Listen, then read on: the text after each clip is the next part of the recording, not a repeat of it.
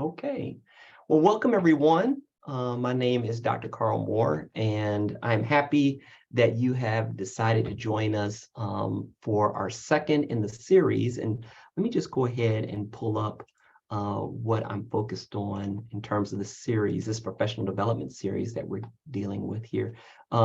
So we have 3 talks, and they're here in the middle. Last week, I spoke about mentoring and how important it is for the success of students. And today, we have Dr. Yolanda Bogan, whose title of her presentation is Imposter Syndrome and Mental Health, Identifying Strategies for Wellness. And next week, also on Monday, starting at 12 p.m., we will have Edward Gonzalez. He is the DE&I lead at one of the NASA centers, and he'll be talking about soft skills. And the title of his talk is, What About Those Soft Skills? And so I'm happy that you're here today, and I'm hoping that you will join us again next week. And let me go ahead and take this off here. And let me just introduce Dr. Bogan to you all. And this is coming from her LinkedIn. She is a scientist and a practitioner who focuses on African-American culture, learning, and mental health in research, teaching, and practice. Her current research project focuses on health needs and service utilization of the VA among Black women veterans who live in the rural South, or she has done this. And her clinical practice utilizes cultural strengths for mental health. She blends the worlds of science and practice by using an ecological approach to examining culture from a Black feminist perspective. And so she's going to regale us with some great stuff today, and I'm sure you all will enjoy it. She's been a friend of mine for many years, her and her husband and her family. And so I know you guys are in for a treat. And so Dr. Bogan, I'm going to let you go ahead and take over. Do I need to share my screen? I mean, give you Yes, okay. I will. I have a short little PowerPoint. Okay. That's because, I'm a professor. That's what we do. Exactly. Go ahead. So hello, everyone. I thought that my LinkedIn profile was dated, but actually I must have updated it because that's pretty current. So thank you, Dr. Moore, for that introduction. And thank you for inviting me to speak with your engineering students. It's always a treat for me to talk to people about mental health and how to improve their mental health. And one of the things that I like to tell people, because sometimes they don't know, is that licensed psychologists work with people who have depression and anxiety and other kinds of mental health issues, but we also spend a significant amount of time helping people to flourish. That means that they don't necessarily have anything wrong, but they could use some assistance with enriching their lives and making their lives better. So I'd like for you to think about that as we hopefully will have a conversation today about imposter syndrome and mental health. The other thing that I shared with Dr. Moore is that I'm going to do this presentation, this very brief presentation on imposter syndrome, but I also welcome you to ask me any questions that you may have about anything that you might want to ask a psychologist about. That this is your opportunity, right? Without coming to my practice. So what I'll do is I'll go ahead and pull up my presentation and share my screen.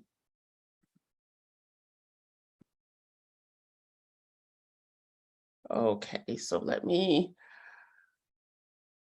you all are looking at it now, so let me put it in the mode that I want to use it. And that is not it. So let's see if this works. It still doesn't work. Oh, I know what you do. Go up to where it says, I believe, swap. No, don't end.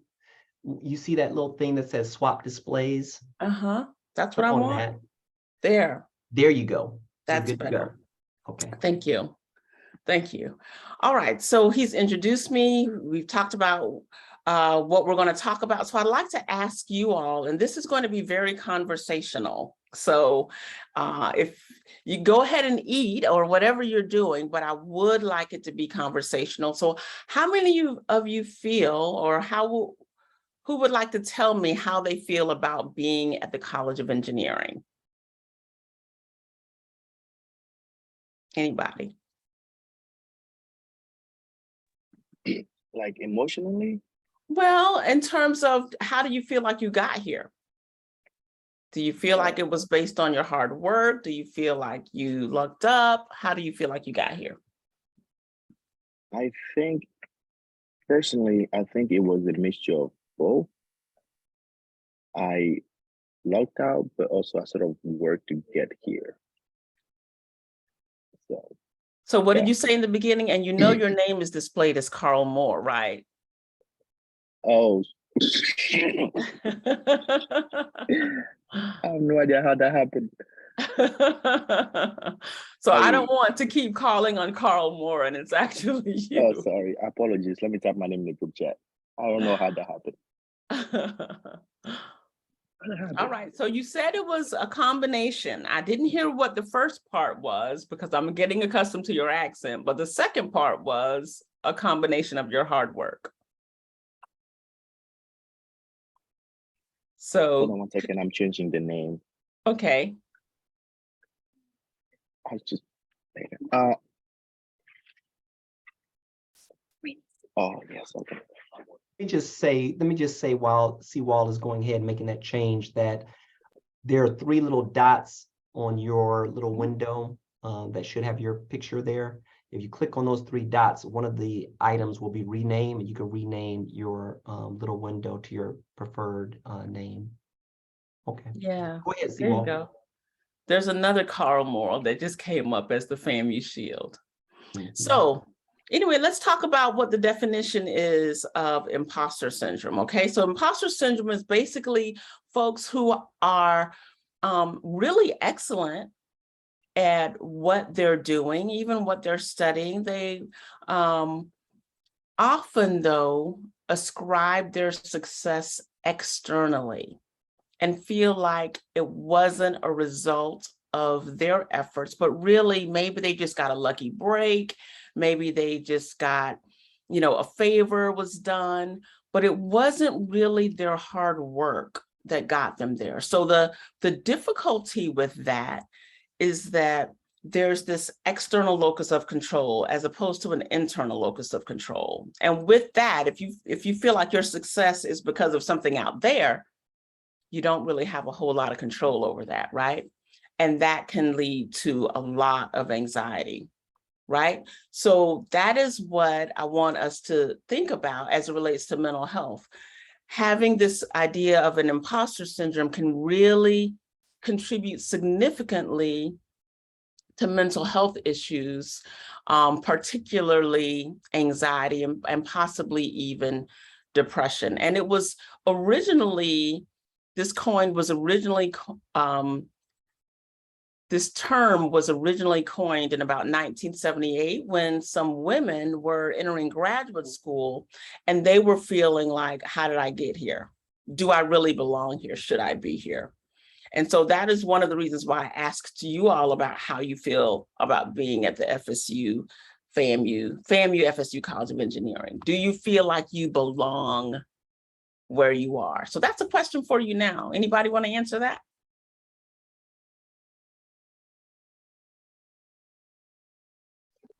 I feel at first I did not feel like I belonged at all. But getting through it throughout the years, I kind of feel like I'm a little bit more integrated into it, but I still don't feel like I'm 100% belong here. Thank you, Khadisha, for sharing that. What has helped you to feel more integrated than how you were feeling initially? So I tried to immerse myself into more groups to interact with the students. So that helped me a lot. But yeah, that's the main thing that I did. Okay, excellent. Anybody else? For me, personally, we used to do presentations, and I'm a grad student, So we used to do presentation where we watch what other addition and research they are working on, and watching them, I would feel like I'm so lost.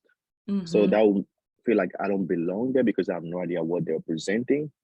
So I feel like I have a lot more to learn. Like it's this huge learning curve for me to keep up. But I also realized that whenever I try to explain my research, on the other side, they'll be just as lost as I was when they were explaining their research.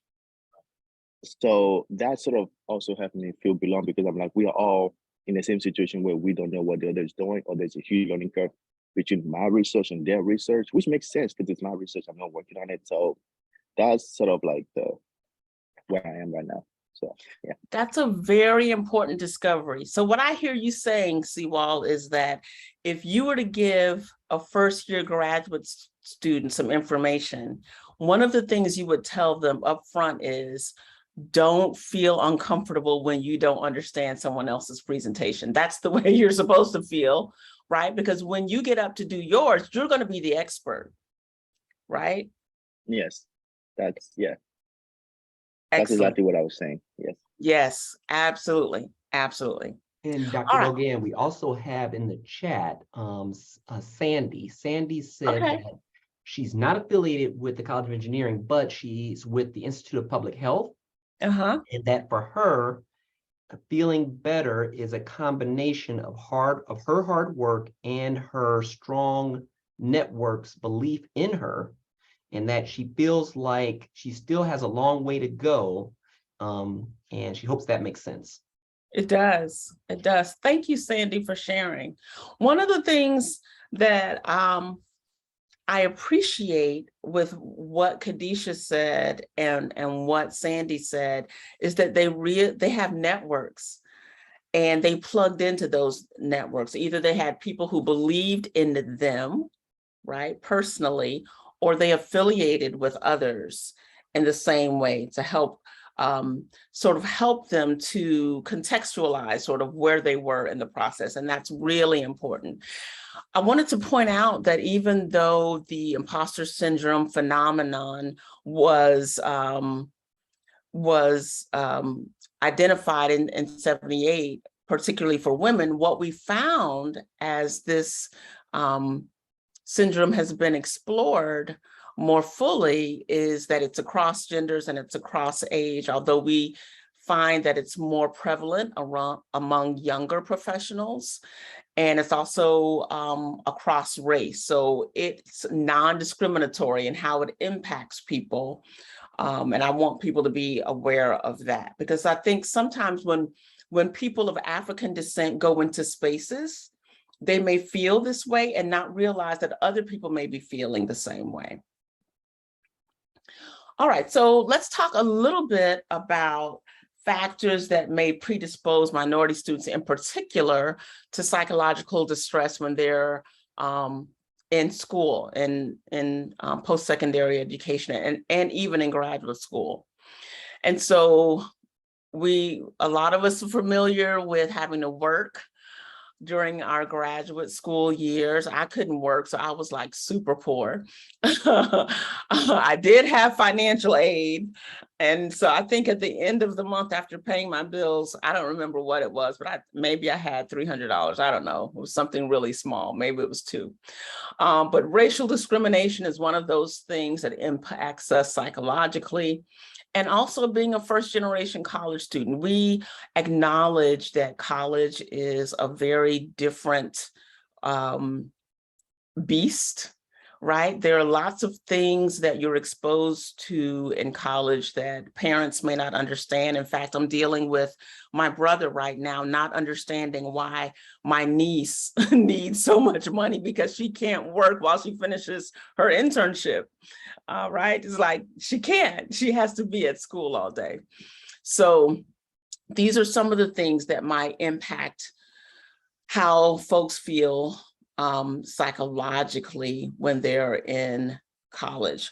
But some of the signs and symptoms of imposter syndrome, right? I have them in 3 categories: the pursuit phase, the stress exhaustion phase, and the fear phase. So let's spend some time talking about what these are and how they may or may not be impacting you. So this imposter syndrome is characterized, as I said earlier, you find it among high achieving folks.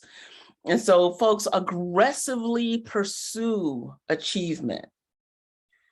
And externally, they have achieved some level of success.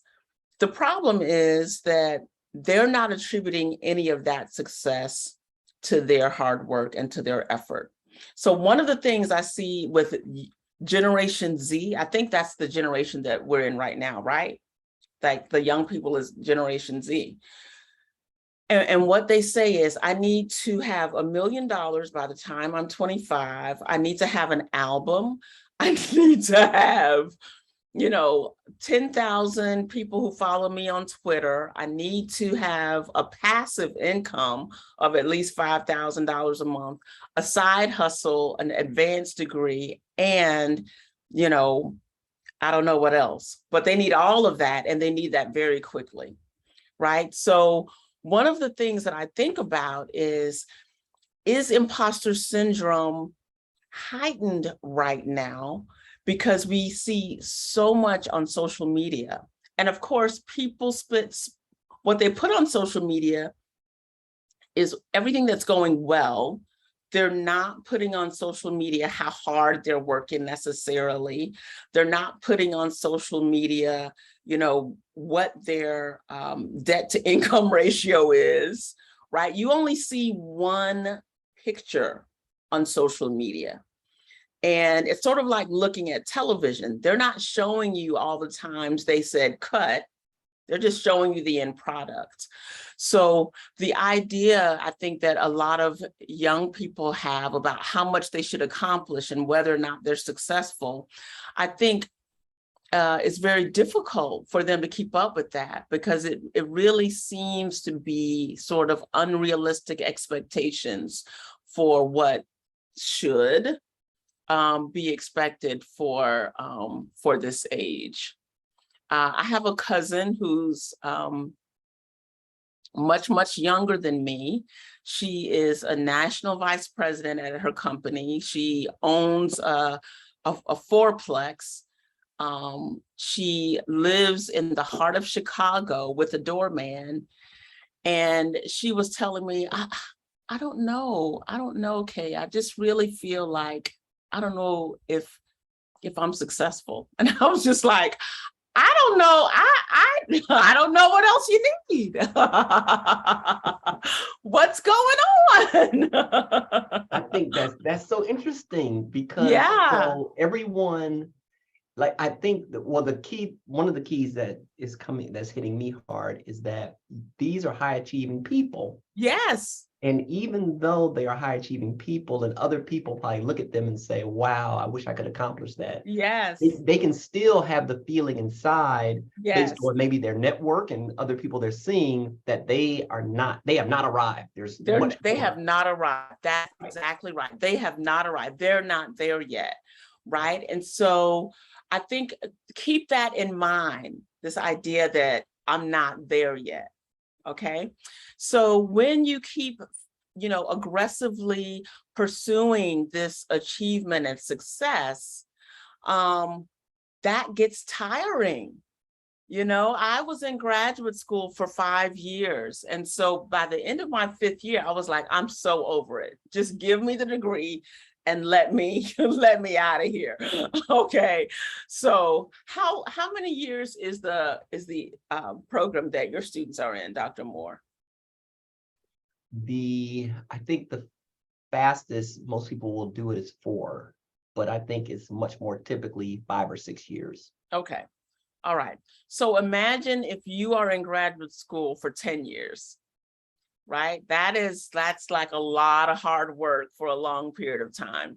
So when people, again, are aggressively pursuing all of this achievement, and they have, a job, a side hustle, and all of these things they're trying to do, it makes sense that they would feel stressed. It makes sense that they would feel exhausted.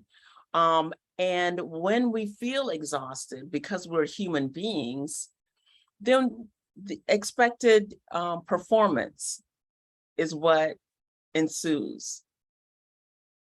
Decreased job performance is what happens. And then people feel less satisfaction in their jobs, because then you start to really wonder, like, is this worth it?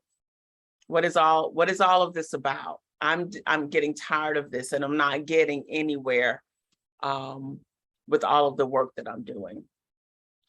The other thing that happens with imposter syndrome is that because there's this great fear that you're going to be found out as fake or as a fraud, then you're much less likely to want to go higher in your job. So you don't want to pursue any kind of promotion, because that's an opportunity for people to see you in a different light. You may actually lead people, and it's hard to lead when you don't feel like you're a real leader. But secondly, even when you're working on a team, it may be difficult for you to do that, because you don't want to be seen as someone who doesn't know. So for example, when Seawall talked about not really understanding other people's research, it makes sense if you're not on that research team. But if you're on that research team, right, and you know what's going on, but you may feel, and we're not talking about reality, you may feel that other people may know more than you, then you may have some reluctance of showing your work, of sharing your ideas, right? So you can see how being on a team might be difficult for someone who's experiencing imposter syndrome. Any questions about any of this that I'm going over right now? And Dr. Moore, if you could check the chat for me. Okay. So I want to talk about cultural components of imposter syndrome, because one of the things I always talk about in my practice is how important it is to engage with a culturally competent practitioner.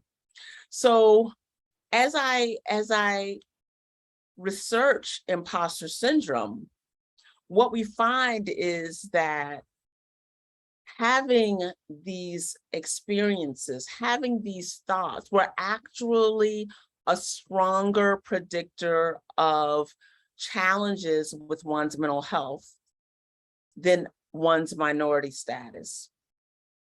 And so the challenges we're talking about, as I said earlier, are anxiety, but they also include depression and just overall psychological well-being, because of this persistent self-doubt and fear of being found out as a fraud, right? So imposter syndrome accounts for a lot of variance, as we say in my profession, of people's anxiety and depression, if that's what's going on. So one of the things we want to talk about, and when I talk to people in my practice, is what's going on. Tell me what's happening at work. How satisfied are you with work? Because it's important for me to know how they're performing in different areas of their life. All right, so there was some research that was done, particularly with African-American graduate students, and I would like to know if this resonates with any of you in terms of these 5 themes. Awareness of low racial representation and how that impacted one's experience of imposter syndrome. I'll tell you, my discipline is clinical psychology, and 12% of the US population is African-American. Black psychologists represent 6% of all psychologists. So I'm in one of those fields where we're underrepresented by race. Questioning intelligence is another theme that was revealed in this study that was done. And so one definitely should not question one's own intelligence. Maybe that's done by other people, but we want to make sure that people feel comfortable with who they are and their own intellect. Third is, what are the expectations? And again, this gets back to Seawall's comment. Am I expected to know what this other person is researching? And he came to the correct conclusion that no, there's no way that I could know what someone else is researching. The engineering field is very vast. right? So there's a ton of research that's going on out there. So there's no way for you to know everything there is to know about the field. So it's important that we have realistic expectations. And what are the psychosocial costs of being a graduate student, particularly in a field where there's low racial representation? We know that particularly in STEM, you may or may not have a mentor that looks like you, that may be your same race or culture or gender. And there may be advantages to both, right? But there might be some psychosocial costs because your identification as an engineering professional or a STEM professional may be more important in certain spaces than your identity as something else, given the context. And then fifth, explaining success externally, right? So are you having to explain yourself? How did I get here? Are other people trying to explain that for you, right? And there might be some really interesting conversations that come about when you tell people that you're an engineer, right? What their expectations are of an engineer and how an engineer looks, how an engineer speaks, how an engineer dresses. What are your, particularly for those who are first generation college students, explaining your success to your family. They may not get it. They may not understand. Certainly some things that my cousin is doing that I get, that her parents are just, they went to college, but my cousin she's at a different level, and my aunt and uncle, they don't get it. Right. I see what you mean. I think for me, it would be that first one. Okay, let me go back. Yeah, when I started in academia, it was, even as I was thinking about it, my advisor was my advisor was white. So and so were most of the faculty in the mechanical engineering department where I went to grad school. So I hadn't seen any, just trying to remember. I just felt like it was a reach to be a Black mechanical engineering professor. So that alone was some trepidation. Whereas in the corporate world, where I had worked for a few years, it wasn't like that. There was a lot of people of color in the corporate world I was in previously. So I could definitely agree with number one on your list. And we also have a note in the chat that says definitely number two for Sandy, despite how much I know and what I know. And for number three, she says, my personal expectations are a bit too high. And number five, she says, I don't like explaining my success at all because it's very uncomfortable, but I'm trying to work on that. You know, I think sometimes it's helpful to have a script, right? So for explaining success externally, and I still, you know, I've been a psychologist for decades, let me put it that way, a very, very long time. And so when people find out I'm a psychologist, even when people find out, and this happened a few years ago, this person said, they found out I was a professor at FAMU, and they were like, you're a professor? And they were sort of nodding their head. It's like, yes.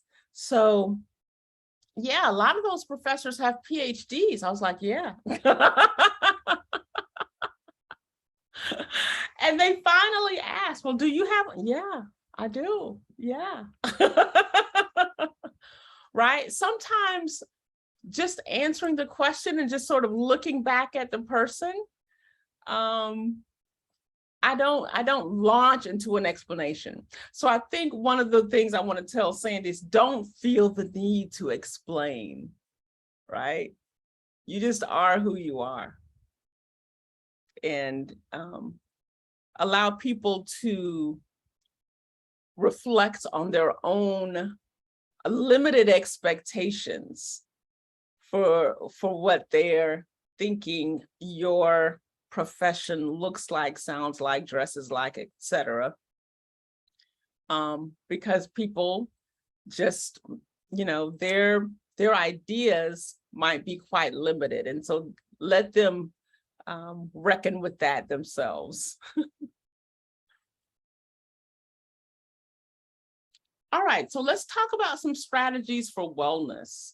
First one is embracing your strengths. I believe that everybody has superpowers, and I know that may sound really silly. I do come from a family that is very much into Marvel comics, but I do think that everybody has superpowers. So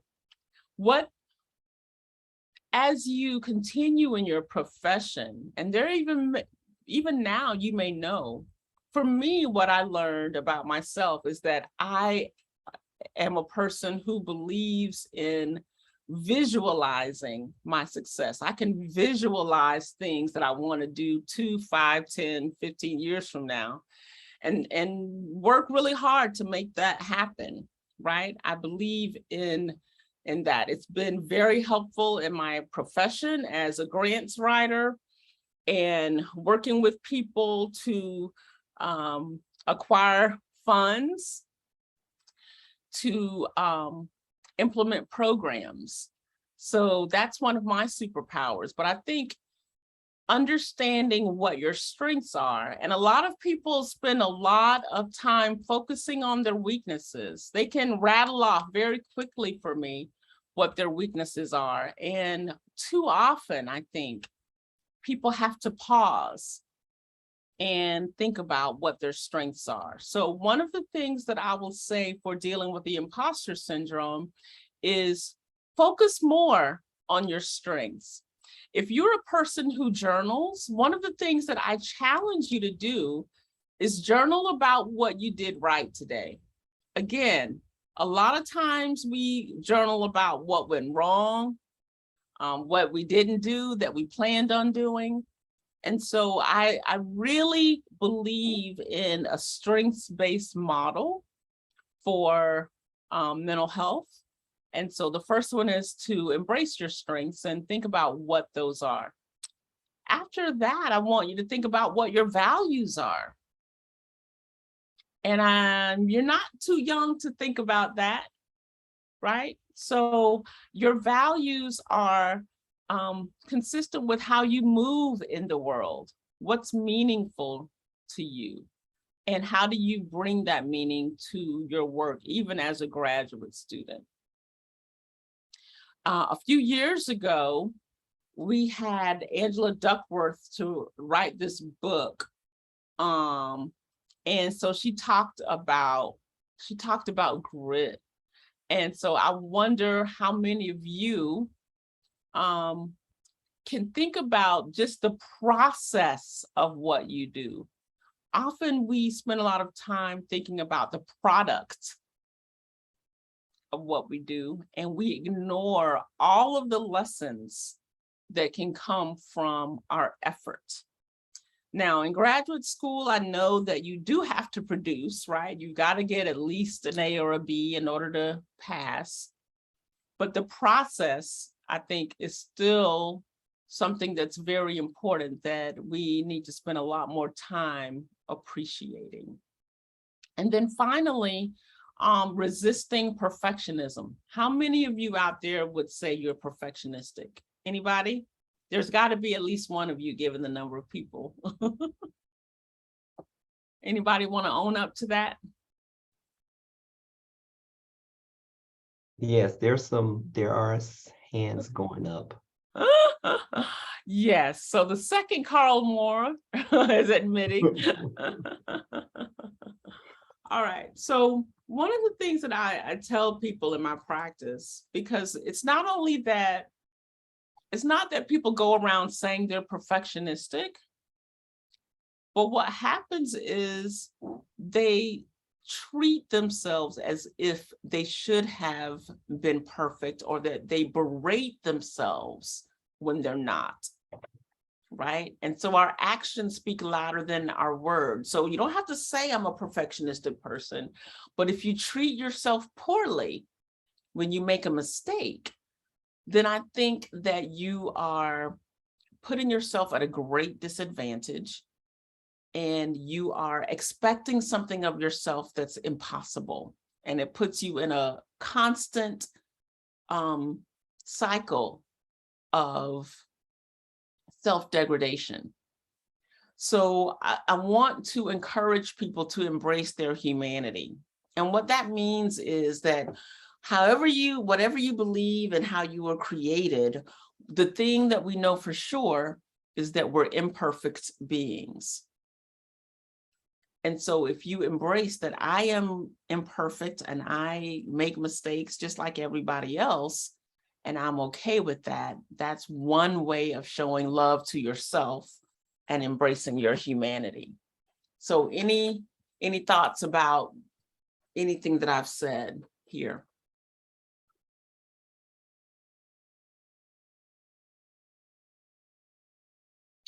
I think the idea about embracing your strength is the one I like the most, because usually at the end of the day, I always wonder, like, should I have worked harder? Should I have done more?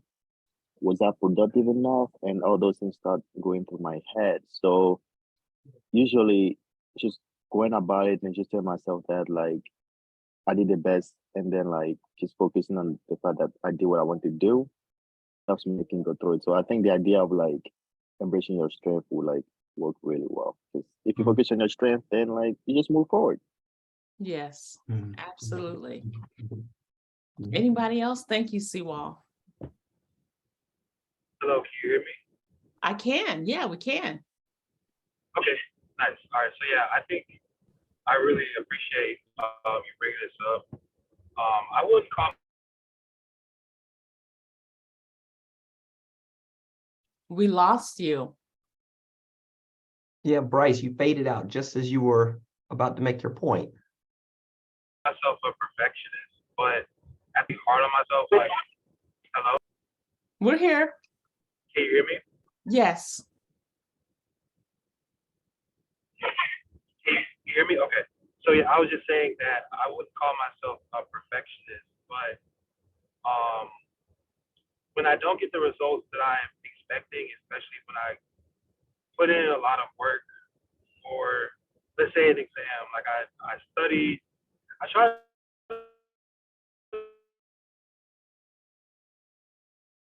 to study Uh-oh.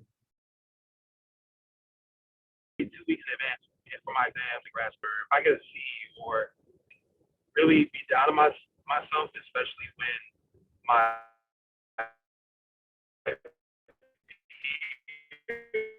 Uh-oh.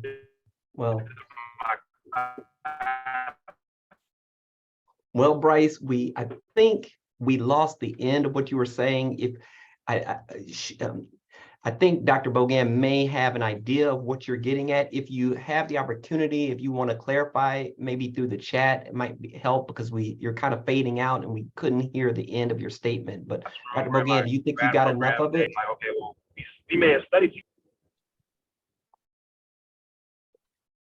Yeah, it sounds like Bryce was saying he may have studied for an exam. He may have worked really hard and he'll be down on himself when he doesn't get the results he wants. But it sounds like the strategy that he'll think more about is resisting perfectionism and not being so down on himself when he doesn't get the grade he wants. And I'm hoping that he will combine that with focusing on his effort, right? And building up that grit, because we know that we learn as much from our failures as we do from our successes, even more sometimes from our failures. So it's just another opportunity to learn when we don't get what we want. And that's, again. yes. Cornell Thomas Jr. Hi. I just like to add something. I was in the military and I had this sergeant of mine that always says, don't confuse efforts with results. Just because you don't complete a task doesn't mean. We lost you, Cornell. Oh, yeah, this system is, We lost you again. ah, Can you, Cornell, can you type your comments in the chat, or can you try one more time? okay, what I was saying is that don't confuse effort with results. Means doesn't, if you didn't complete the task, doesn't mean that you didn't put in the best effort. Right, right. So you're exactly right. And I appreciate you being on this call. He's my first cousin, you all. Oh, that's great.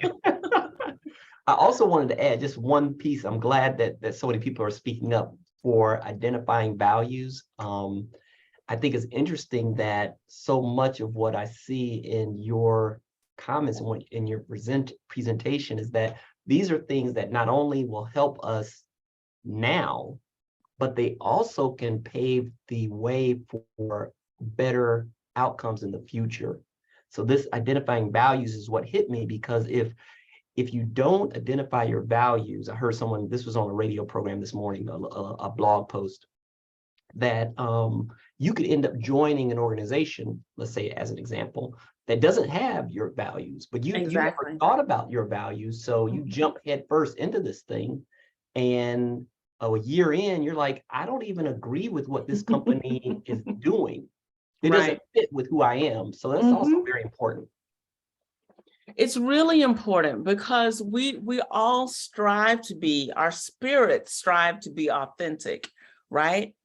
And so what tells us that, hey, I don't even like where I am right now, is our spirits telling us this isn't me, right? So I believe in holistic health, that, you know, emotionally, psychologically, financially, intellectually, spiritually, we all have to be aligned in order to reach our potential.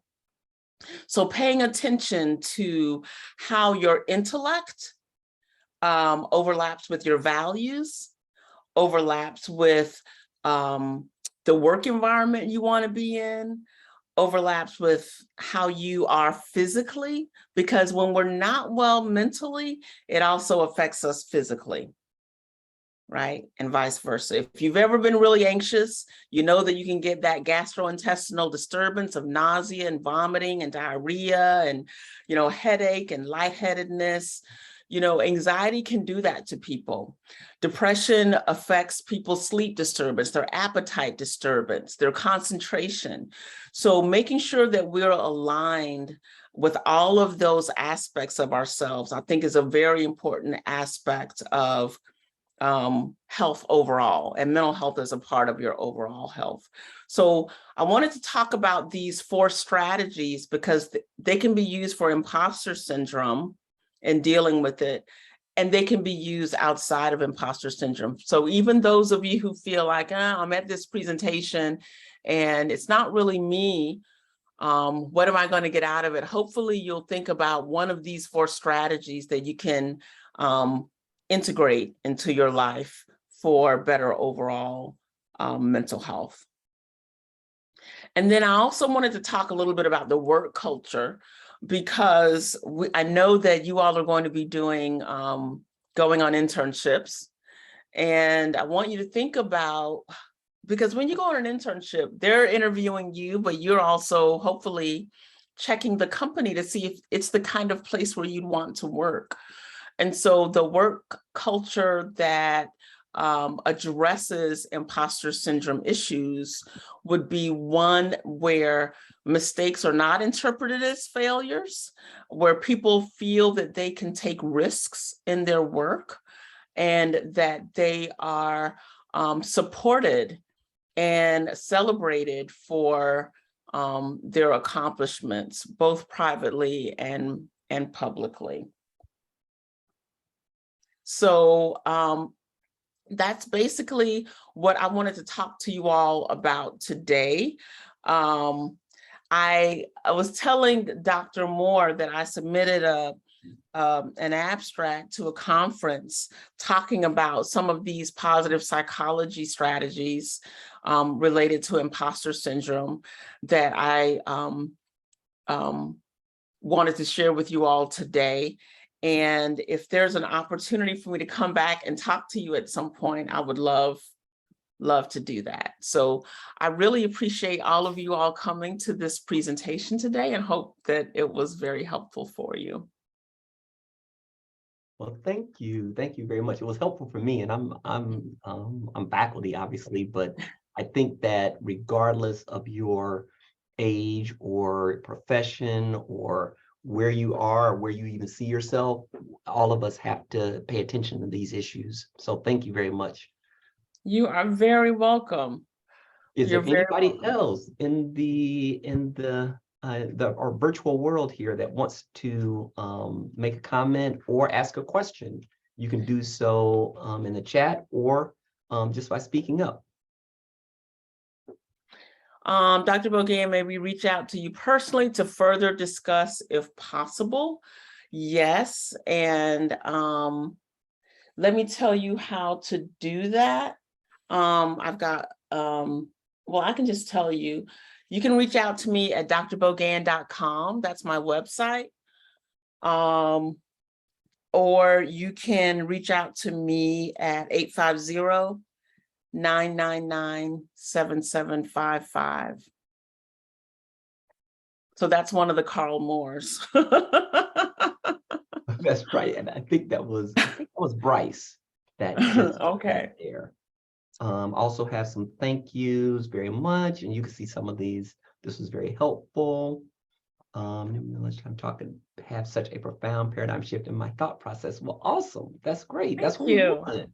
Thank you very much. What I'd really love to do, and I would like for you to tell, I would like for you all to tell me if you're interested. I have an imposter syndrome scale. I wonder if Dr. Moore could give that to you, and if you all would feel comfortable filling it out and sending it back to me. Oh, that'll be awesome. I'm sure. And there's people who will probably see this, the recording of it, right? Mhm. Because we recorded the session, and there could be people who want to partake in that later. So I think that would be great if I could either have the site or the file, or however you want to do it, that's fine. Okay, I would love that. And then I will send it to Dr. Moore. And what you all could do is, if you don't want to put your name on it, put some kind of, the last 4 digits of your telephone number. That would be great. If you don't want to put your name on it, that'd be great. Okay. Yeah, I can handle that. No problem. That'd be great. Thank you all so much. I appreciated talking with you today. Well, thank you. And we look forward to hearing how your presentation goes at the conference. I know that it'll be great. And thank you for just giving us your time and presenting this great information to us. We really appreciate it. All right. You all have a wonderful day. Okay. Thank you. Everyone. See you next week. Thank you. Bye-bye. Bye-bye. Thank you.